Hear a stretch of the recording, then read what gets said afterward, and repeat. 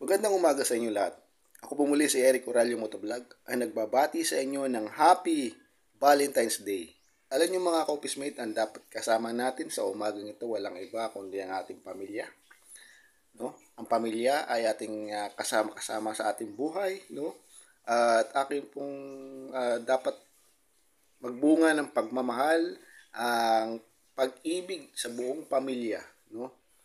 At Happy Valentine's muli sa inyo mga ka-officemate, mula yan sa akin, in behalf, Eric Oralio Motovlog, at Happy Valentine's din sa inyo lahat, Walang ibang Diyos ng pag-ibig kundi ang Panginoong Jesucristo, ang tunay na pag-ibig, Ang ating Panginoon na dakila sa lahat, na may pagmamahal sa atin, Si Jesus Christ na buhay.